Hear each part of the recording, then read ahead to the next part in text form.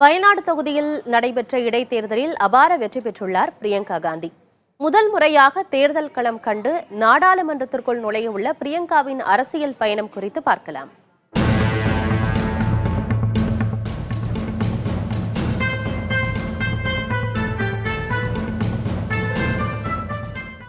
Born with silver spoon என்ற சொல்லாடலுக்கு ஏற்ப பிறந்தவர் பிரியங்கா காந்தி.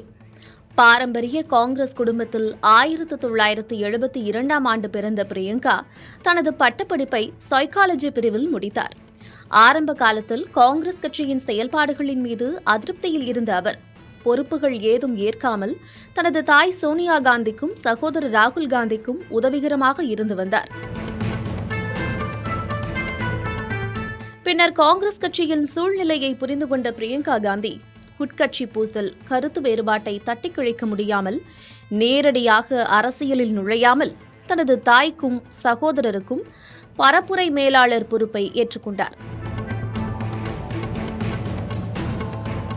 அவ்வாறு 2004ஆம் ஆண்டு மக்களவைத் தேர்தலில் காங்கிரஸ் கட்சியின் பரப்புரை கூட்டங்களில் முகம் காண்பித்த பிரியங்காவை அவரது பாட்டி இந்திரா காந்தியுடன் தொண்டர்கள் ஒப்பிடத் தொடங்கினார்கள்.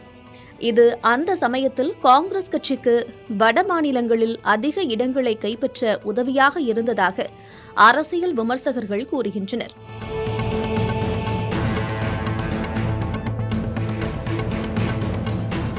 இதனைத் தொடர்ந்து 2007ஆம் ஆண்டு உத்தரப்பிரதேச சட்டப்பேரவை தேர்தலில் காங்கிரஸ் கட்சியின் பாரம்பரிய தொகுதிகளான ராய்பரேலி, அமேதி ஆகியவற்றுக்குட்பட்ட சட்டமன்ற தொகுதிகளில் தனி ஆளாய் பிரியங்கா காந்தி பரப்புரை மேற்கொண்டார். காங்கிரஸ் கட்சியின் நட்சத்திர பரப்புரையாளராக மாறிய பிரியங்கா 2009 மக்களவைத் தேர்தல், 2012 சட்டமன்ற தேர்தல்களில் தீவிர பரப்புரையில் ஈடுபட்டார். 2014ஆம் ஆண்டு நாடு முழுவதும் மோடி அலை வீசிய நேரத்தில் 10 ஆண்டு கால காங்கிரஸ் ஆட்சியை மீண்டும் தக்கவைக்க கடும் போட்டி நிலவியது. இதற்கிடையில் பிரியங்கா காந்தி எந்த சலசலப்பும் இல்லாமல் தனது பணிகளை தொடர்ந்தார். சுல்தான்பூரில் நடந்த பரப்புரையின் போது தனது பாதுகாப்பு வழிமுறைகளை உடைத்தெறிந்து மக்களுக்கு மிக நெருக்கமான முகமாக மாறத் தொடங்கினார் பிரியங்கா.